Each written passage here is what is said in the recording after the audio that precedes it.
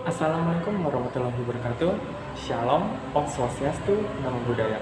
Perkenalkan, nama saya Rizky Erlando Sendiri Mulyala dengan NIM 180574201068 di jurusan Ilmu Hukum Universitas Maritim Raja Ali Haji. Baiklah, di sini saya akan menjelaskan mengenai tentang presentasi saya, yaitu tentang hak asasi manusia. Yang dimana saya di sini akan menjelaskan tentang adalah konsep dasar hak asasi manusia, prinsip hak asasi manusia, instrumen internasional hak asasi manusia yang ada di Indonesia, yaitu efektivitas Komnas Perempuan dan juga adalah Komnas Perlindungan Anak di Indonesia.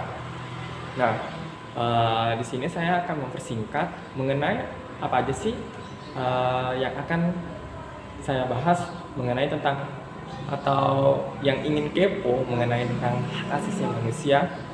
Mari kita ikuti bersama. Yang pertama, kita harus tahu dulu nih, dalam hak asasi manusia itu sendiri, kita ketahui bahwasanya adalah hak-hak yang dimiliki manusia semata-mata karena ia bukan manusia.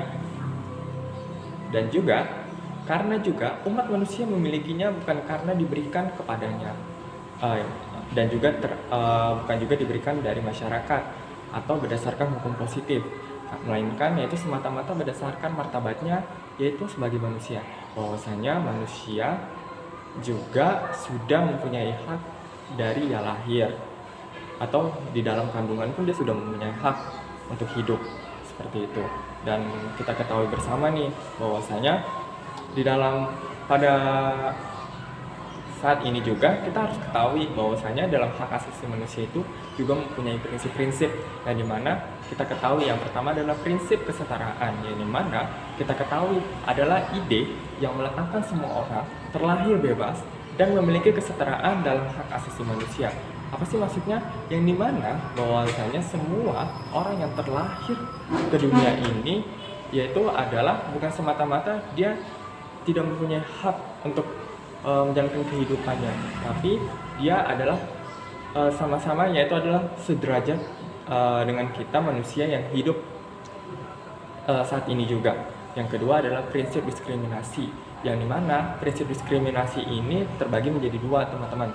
Yang pertama, prinsip secara langsung, yang dimana seorang baik langsung atau baik tidak langsung diperlakukan berbeda dan tidak langsung ketika dampak dari hukum atau dalam praktik hukumnya merupakan bentuk diskriminasi, yang dimana kalau tidak langsungnya ini teman-teman dia itu mengalami mengalami ketidakadilan dalam hukum atau kesalahan yang dia lakukan, seperti itu. Dan juga adalah kewajiban positif untuk melindungi hak-hak tertentu, yang dimana negara dia asumsikan memiliki kewajiban positif untuk melindungi secara aktif dan memastikan terpenuhinya hak-hak dan kebebasan.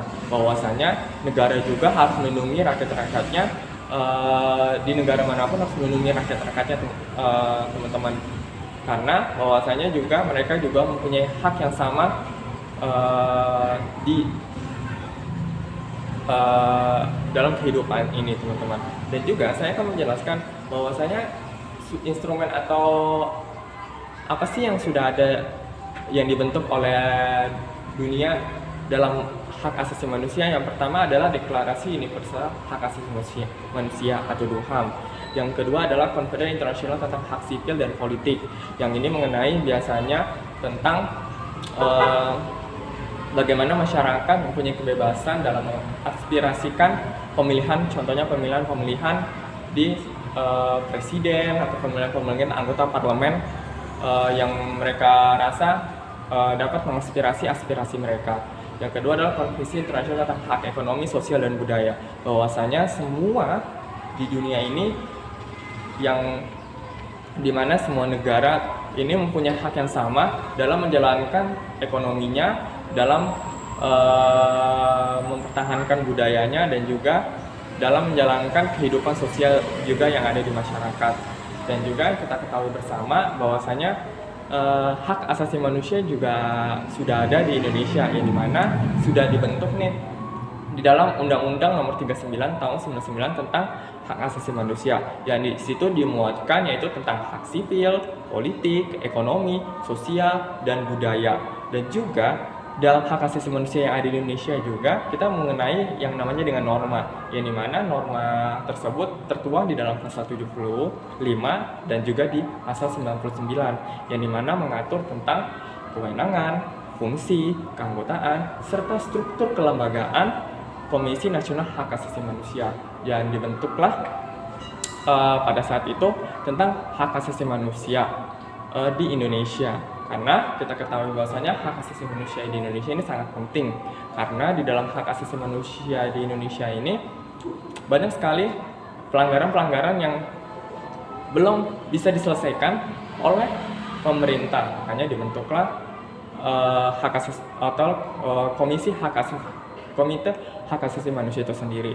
Dan juga dalam komite hak asasi manusia itu juga terbagi lagi teman-teman. Di sini adalah komisi hak asasi perempuan dan juga ada Komisi Perlindungan Anak Indonesia, yang dimana kita ketahui bahwasanya Komnas Perempuan ini juga sangat efektif teman-teman dalam mengenai hak asasi manusia terhadap perempuan, karena kita ketahui bahwasanya sebagai hak asasi manusia sebuah mekanisme hak asasi manusia nasional yang spesifik untuk kekerasan terhadap perempuan, di mana di belahan dunia pun ini teman-teman belum ada nih tentang dibentuknya, atau di suatu negara manapun belum ada dibentuknya tentang Komisi Perempuan Hak Asasi Manusia, karena mereka hanya menjelaskan secara umum tentang hak manusia, bahwasanya perempuan juga perlu dilindungi tentang hak-haknya itu sendiri. Karena banyak sekali yang kita ketahui di Indonesia sendiri kekerasan yang didapatkan oleh perempuan terhadap hak asasi manusia itu sendiri. Dan juga perlu dibentuk juga yang namanya Komisi Perlindungan Anak Indonesia atau KPAI, yang dibentuk di dalam Undang-Undang Nomor 23 Tahun 2002. Kenapa sih itu penting banget? Karena kita ketahui bahwasanya dengan dibentuknya Komite Perlindungan Anak Indonesia ini bahwasanya anak-anak yang dilahirkan secara umum atau secara tidak langsung itu dilindungi haknya oleh negara, karena kita ketahui bahwasanya banyak sekali tentang penjualan organ tubuh yang dilakukan terhadap anak-anak. Makanya pemerintah memberikan perhatian khusus terhadap anak-anak itu sendiri, dan juga memberikan perhatian khusus juga bahwasanya banyak sekali kekerasan yang dilakukan oleh orang-orang di sekitar mereka, karena penyebab-penyebab yang dimulai dari tentang ekonomi, tentang sosial, dan juga tentang